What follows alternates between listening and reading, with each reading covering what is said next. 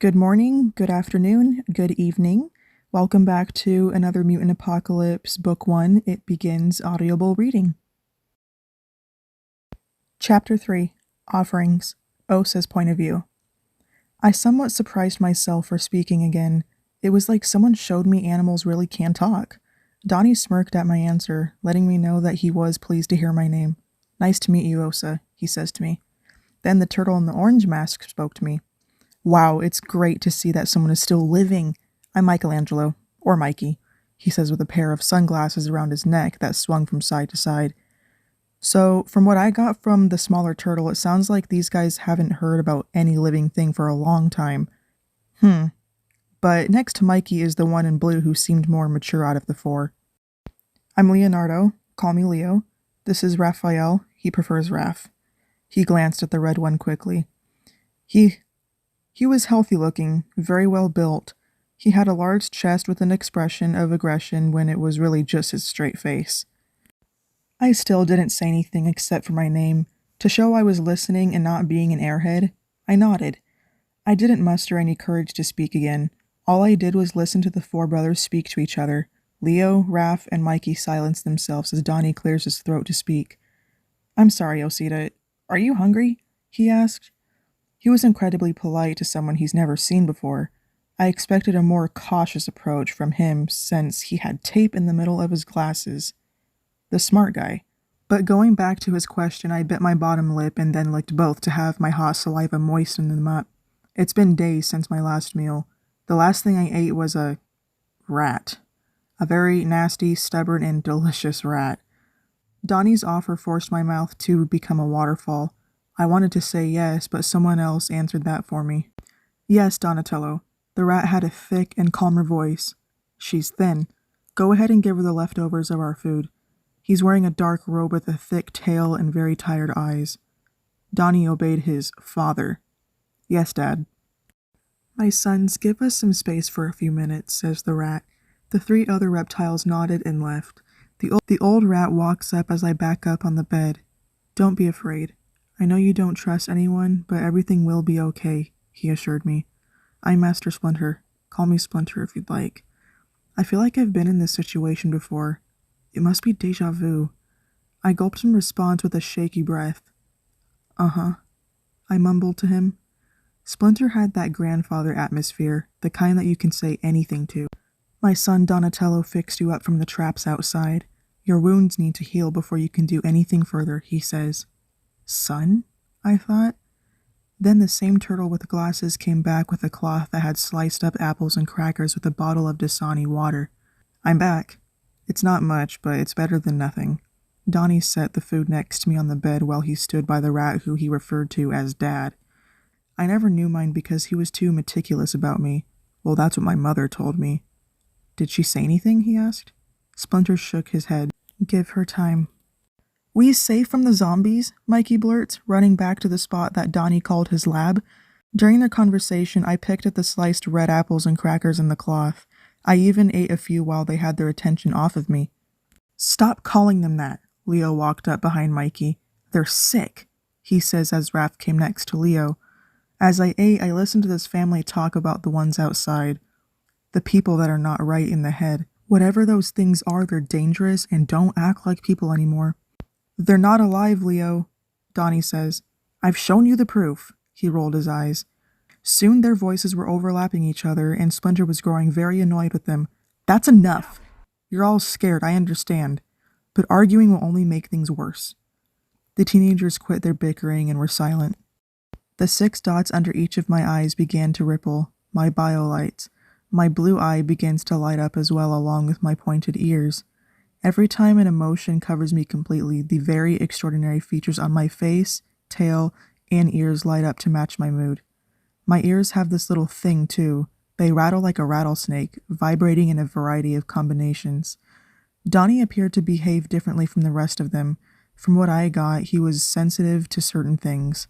I'm guessing Mikey is the youngest because that's what I got from his atmosphere. Splinter got up from the bed and signaled for 3 of his sons to leave the lab. That's when the purple-masked turtle came to my legs as they dangled over the bed. Mr. Four Eyes sat down at the end of the bed, keeping his distance from me. I'm gonna check your stitches, he said softly. I may have just put the wraps on, but your gashes were pretty bad, he told me. I nod once, letting Donnie touch my neck and peel the wraps and gauze from my skin. I'm sorry you tripped, he chuckled lightly. To show I was listening to him, I glanced at his hazel eyes. Right away, he met mine. It felt too awkward for me since I haven't seen a pair of eyes like his in forever, so I broke the contact in a split second. I grumbled. You're a mutant, I'm guessing, he continues. Pointed ears. I think I saw lights on your face. What are you, if you don't mind me asking? Don put the gauze back on my wounds to let them heal some more. I didn't answer him because I wasn't ready to talk just yet. Oh, I'm sorry, Olga. I didn't mean to impose. Osa, I corrected him. Donatello pulled back with a grin. I tried to smile back, but a small alarm carried throughout the sewers. Don looks away from me to see the screens next to the bed are flickering red and yellow lights. I'm assuming something not so good is happening. He got up from the bed and rushed to his desk to see the surveillance cameras are showing some unwanted guests. This guy had cameras in Times Square, alleys, streets, also spying inside buildings. Oh no. Donnie muttered at the lights, watching infected run the streets and enter the manholes. Guys, we got about 5 minutes to get out of here. Someone left the damn manhole open. Language, Leo corrects Donnie. I get up from the bed to see this all for myself. When I saw the monitors, my heart wanted to drop. They're coming down here? Mikey cried, worried about the lame brains coming down here. Down here? We're underground? Raph, Leo, Mikey, and Splinter were looking at the screens, seeing multiple dead people run through different parts of the city. I guess so. Get to the Tartaruga with all of the supplies you can get, Raph commands. Osa, Donnie says, taking my arm into his hand so he could guide me through the home he and his family called the lair. As he ran with me through his home, I saw a kitchen, drum set, punching bag, beds, and so much more. I was fascinated by everything here. Sadly, we had to leave it. In here! Donatello ran up to the side of a large vehicle that was dark green with yellow letters painted on the side of it.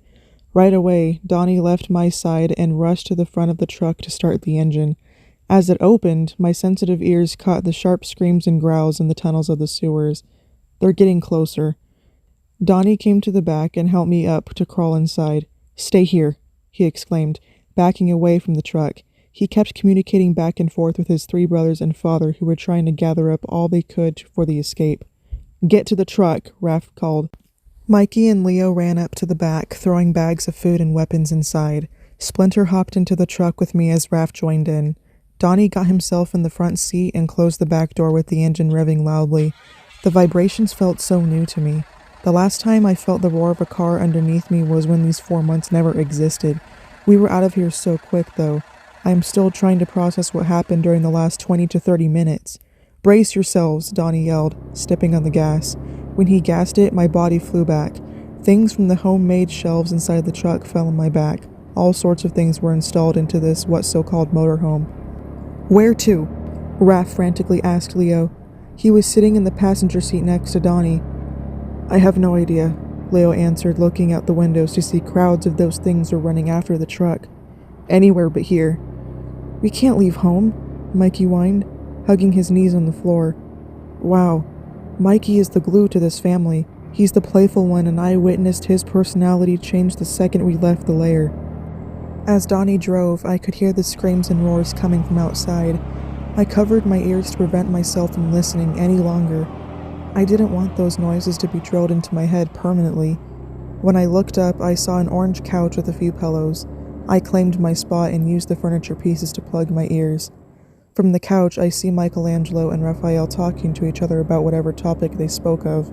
Just by reading their lips, they were talking about how upset they were about leaving the only home they were raised in. Minutes passed by, and the screams from outside were no longer heard. I removed the pillows and listened in on Leo and Donnie's conversation from the front. Maybe we could head for Pennsylvania? There's probably a town that doesn't have much infected. New Jersey is an option too. Leonardo was already stressed about the whole escape plan. The tone of his voice changed once we left the lair. He sounded more agitated than before. Take Pennsylvania, We gotta ensure our safety. I sighed and take a look at Master Splinter. He is sitting on the opposite end of the couch, his hands folded in his lap. Just by analyzing the blank expression on his face, he was very scared for his family. But he said something that made me think about my future.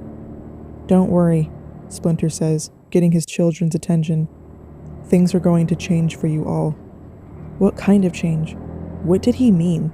Whatever change it was, I wanted to know.